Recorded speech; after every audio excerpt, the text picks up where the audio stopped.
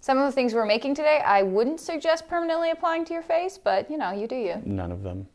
In today's video, we are going to show you how to make some simple prosthetic makeup for Halloween with and without the cast of your head.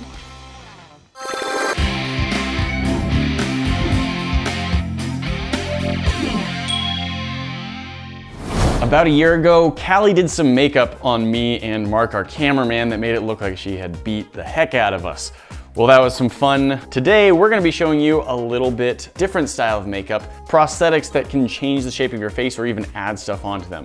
These aren't the super high-end Hollywood quality stuff. This is simple things that you can make and apply and use yourself. Here's the basic idea. We have some casts of our head, we have some molding clay, and we have liquid latex. We're going to show you how you can make some simple, easy prosthetics for Halloween. All right, so basic supplies that you need. The simplest, like you could walk in and walk out of Walmart. Without this. I don't know about Walmart. I don't think they're gonna sell liquid latex at Walmart. I found it. I mean, in the Halloween section. Yes. Okay, so Halloween section, they may still have some of this, so that's good to know. Oil-based clay, there's lots of varieties of this. So you make a master version in clay, sculpt something out of clay. You take plaster of Paris, which is not expensive. You can get it in most craft or hobby stores in small cartons, or for like $18, you can get a 25-pound bag of it at Home Depot. That's what I did this morning. It's plaster of Paris. So much plaster. All the same, works great. And then after you are finished with that, you take the plaster off, clean out the clay, and you cast in it with the liquid latex. Now this stuff here, this is just like a white paint-looking substance. It will smell like ammonia, so it's nice to have a little bit of ventilation when you do this. But with this stuff, you can paint it on in thin layers. It will dry out, and then you can paint another layer on top of that. It will build up and get thicker. And once you have 3, maybe 5 layers in there, it's going to be strong enough that you can pull it out of the plaster mold, and you should be able to stick it to your face. And it's still kind of semi-transparent at that point, so it's really nice to use as a skin prosthetic because it almost does look like a layer of skin. So we'll also show you how to paint it if you aren't using makeup or want colors that aren't commonly found in makeup kits, or you want something more permanent. So to start out, for my face, I think there's 2 things I want to make. One of which is going to use the cement head, and one of which is not. I'm going to try and give myself horns out of the forehead and a fake nose. I'll admit, I've never actually tried making a fake nose like this before, so hopefully it'll work. It is definitely an experiment. So for mine, we were discussing different things that we might want to try or things that you might want to use at a cosplay convention or something like that. I'm going to attempt to give myself elf ears. We're gonna see how well that goes. So I'm just gonna change up my face a little bit and see what happens.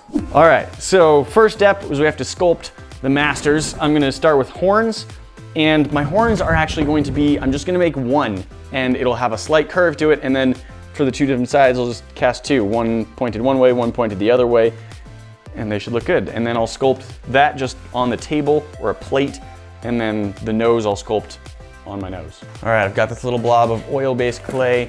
I own quite a few sculpting tools, but just for today, I'm using these that I made out of tongue depressors. I just cut them with a razor blade, and then I sanded them down a little bit with some sandpaper to show you that it's not important to have fancy, expensive tools or anything. These are literally tongue depressors. They're just pieces of cheap wood sticks from the craft store, and I'm gonna try and just use things like these. I may decide that I need a different shape and cut myself a new tool, but I'll still just use these and my fingers. My face mold happened last week, so it's pretty new for me to even have one of these, but we haven't sealed it yet. So I just have some matte clear Rust-Oleum spray paint. I'm just gonna hit it real quick. That way when I'm using the oil-based clay, it's not going to seep into the mold itself and hurt it. If we were doing this long-term, you would actually make other molds of your master, and then you would work off of those. But for today, I'm just gonna hit this with the clear spray and we should be good to go. So Nate has started sculpting, looks like a pair of horns, and he's got that happening just on the back of a plate right now. So that'll be pretty cool. I'm going to start on the mold. So I think what I'm gonna start with is, you can see here that this mold didn't come out perfect. This is pretty common, is one of my ears broke off as we were pulling it out, and the bottom never even sculpted. Well, I'm gonna try and just make a little pair of like Lord of the Rings elf ears here, and I'm not gonna need the bottom, so that's fine. I can go back in here and you know, Bondo and fix this later if I decide to. But for what I'm doing today, I just need this top part, see what happens.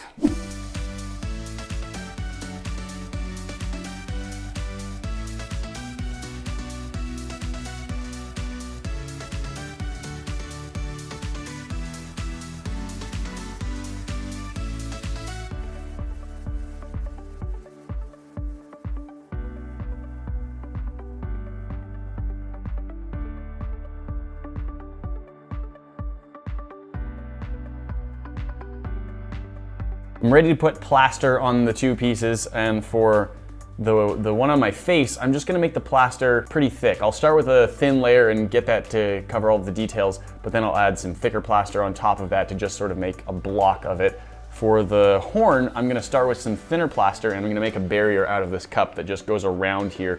I'll pour the plaster into that and just let it cure. I will first spray it with a clear spray so that the plaster doesn't stick quite as much to the clay. Obviously, if you're doing this with your mom's nice dishes, put down a layer of foil. So for the ears, I was a little bit worried about trying to do 2 parts of plaster. The reason I would want to do 2 parts is because if I were to try and just put plaster over this, it would cause what's called a lock, meaning that the plaster wouldn't come off the ear smoothly and it would probably break off part of it. So what I'm going to do instead is I've actually mixed up some silicone here, and just like you would for molding a sculpture, we're actually going to just encase it fully in the silicone itself, build up a little bit of a backing so that when I put a little bit of a plaster cap, it'll hold everything in place, but it won't have to lock over the back of the ear. The piece on my nose and the piece around the horn are now cured, so I'm gonna try and demold those, and once I do, I'm gonna start painting in layers of the liquid latex. I'll paint in a layer, then I'm gonna use a heat gun to just slowly warm it up to help it dry a little bit faster. You don't need to do that, you can just let it sit, but it will take longer, and so to speed it up, I'll be using a heat gun and trying not to burn it.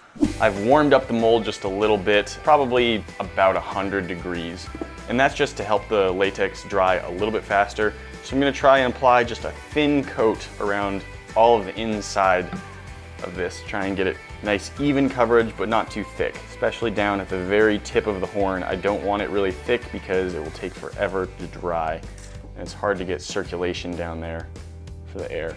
I've got all this smooth, empty area, and I'm going to paint latex there as well in increasingly small layers. So this first layer, I'm gonna kind of go all the way out to the edges, and I'm just gonna do 1 layer like that. And then for my next layer, I won't go quite as far out, but it'll be an additional layer. And we're gonna end up having probably at least 5 layers of this, and by the end, we're only going to be applying it from where the sculpture starts in.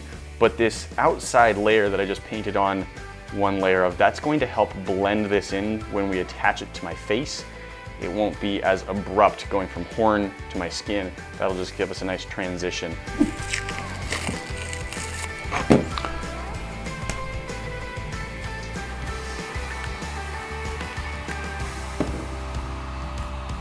Did stick to itself a little bit still, but not bad. Let's see. Awesome. I have quite a bit on here that I don't actually want in the final, this edge around. I'm just gonna go and clean that up, probably just with a pair of scissors so I don't have that curled bit. And then I'm also gonna carve out the nostrils because I don't want my nostrils plugged. I wanna be able to breathe while wearing my false nose. We've got my horns, and I am gonna trim these too, but these aren't quite the right color I want. You know, that's kind of transparent. You can see my finger through them. That's not the goal. I want the horn part to actually be white. And so I'm going to paint them with something that's called Pax paint. Pax paint is pretty simple. It is 1 part liquid latex and 1 part acrylic paint. That's all it is. Mix them together and then paint it on. It will stick really well. It will be very flexible and works great with this type of latex. My artificial nose and my horns, I think, are both ready to be applied. I'm going to see if I can do it myself. This is a little bit trickier, and Callie is my emergency backup help because she's probably better at this anyway, but I wanted to see if I could do it on my own just to go along with this DIY theme. If I get to a point where I can't do it anymore, she'll jump in and help. But the plan is to just do it myself, and I'm just gonna be using some spirit gum, and I'm actually going to be using my selfie camera on my phone to sort of use as like a mirror.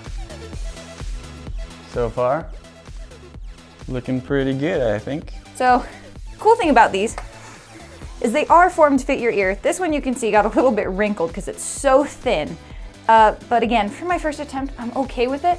It fits perfectly to the contours of your ear, so a little bit of spirit gum applied, kind of like what Nate was doing with his nose, and it just sort of adheres perfectly.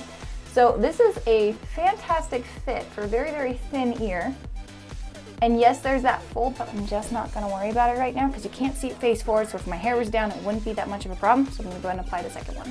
My nose is fairly well attached now with the spirit gum. It's nice because I can actually breathe through my nose. It might crinkle a little bit when I do that. But now, just to blend the edges a little bit, I am going to use some more liquid latex. Now, this may be exactly the same stuff as the mold latex, but it is just sold as a makeup stuff, so I'm gonna try this and just apply it with the paintbrush and just try and use it to blend a little bit going around the nose so it fades into my actual skin pretty well.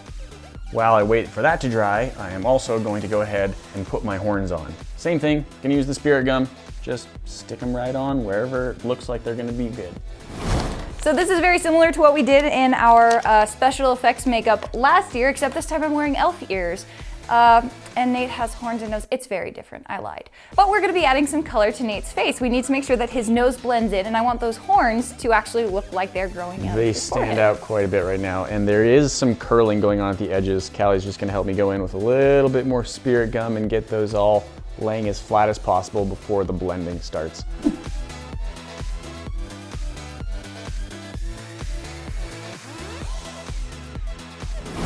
This was fun. It was awesome. And this was my first time ever actually doing any sort of mold on a statue or head, and it was mine, and that was really cool. I learned a ton from this experience. I had no idea how this was gonna turn out. Not thrilled with the results, but I'm pretty happy given that it was my first try at this, so not too bad. This is pretty entertaining. The number one takeaway for me is that if I want to do this, I need to have makeup in my skin tones. You might notice that Nate has a wonderful suntan right around here. It's, Callie has makeup, but all of her makeup is of course for her. There's a trillion different skin tones, and you want makeup specifically for yours. I don't have, what's the base again called? Foundation. Foundation. I don't have foundation in my color. I don't carry foundation, period. It's just not a necessary thing a lot of the time. And if I did, that would make blending everything a lot easier. But Callie did a great job with what she had, and for a Halloween costume, I think this would be fantastic. I'm trying to think of if there's a good Halloween costume Who has a big nose a prosthetic and horns? nose. Well, even not specifically these, but I'm just trying to think of like what I could make with the same process that would make for a good Halloween character or something. So I'm gonna have to think about that for a while. I'm sure people will let us know in the comments below. Guys, that's not all. We've always got more for you to see. Click that box up at the top to check out our most recent video, and we'll see you in the next one. Talk to you then.